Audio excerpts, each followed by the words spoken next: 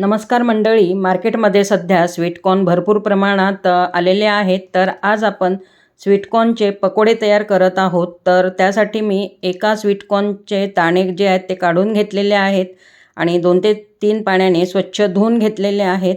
आता हे दाणे जे आहेत ते मी ह्या चॉपरमध्ये घालून अगदी बारीक करून घेणार आहे.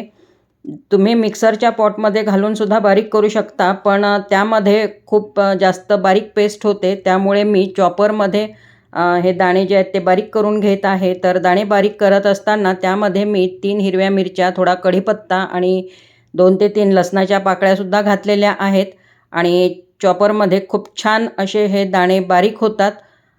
म्हणजे खूप जास्त त्याचा लगदासुद्धा होत नाही ह्या दाण्यांचा. तर अगदी 2 ते 3 मिनटामध्ये खूप छान असे हे दाणे बारीक झालेले आहेत, बघू शकता.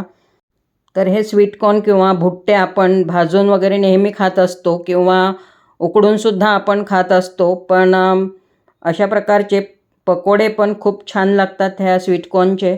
आणि ह्यापूर्वीसुद्धा मी तुमच्यासोबत अनेक रेसिपी शेअर केलेल्या आहेत. एका भांड्यामध्ये हे सर्व मिश्रण मी काढून घेतलेलं आहे. त्यामध्ये आता हळद, तिखट, मीठ, बेसन, ओवा, जिरा, धणेपूड आणि कोथिंबीर घालून घेतलेली आहे. ओवा आणि जिरं जे आहे ते हातावर असं चोळून घालायचं, म्हणजे त्यांचा फ्लेवर जो आहे तो पकोड्यांमध्ये खूप छान असा उतरतो. सर्व मिश्रण जे आहे ते मिक्स करून घ्यायचं आहे. इथे मी कांदा घातलेला आहे, अगदी बारीक चिरलेला.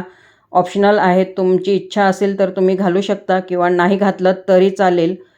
आता सर्व मिश्रण छान मिक्स करून घ्यायचं आहे आणि असे मी पकोडे तळून घेत आहे. तर तेल जे आहे ते छान तापवून घ्यायचं आहे. कडकडीत तेलामध्येच हे पकोडे सोडायचे. त्यानंतर मग गॅस कमी करून घ्यायचा आहे आणि अगदी मंद आचेवर हे पकोडे जे आहेत ते तळून घ्यायचे आहेत. तर चवीला हे स्वीटकॉर्नचे पकोडे जे आहेत ते खूप छान लागतात खायला. तर तुम्हीसुद्धा नक्की करून बघा. आणि आजची ही स्वीटकॉर्न पकोड्यांची रेसिपी तुम्हाला कशी वाटलेली आहे मला कमेंटमध्ये सांगा. आणि रेसिपी जर आवडली असेल तर रेसिपीला लाईक करा, शेअर करा आणि चॅनलला अजूनपर्यंत तुम्ही सबस्क्राईब केलेलं नसेल तर प्लीज सबस्क्राईब करा.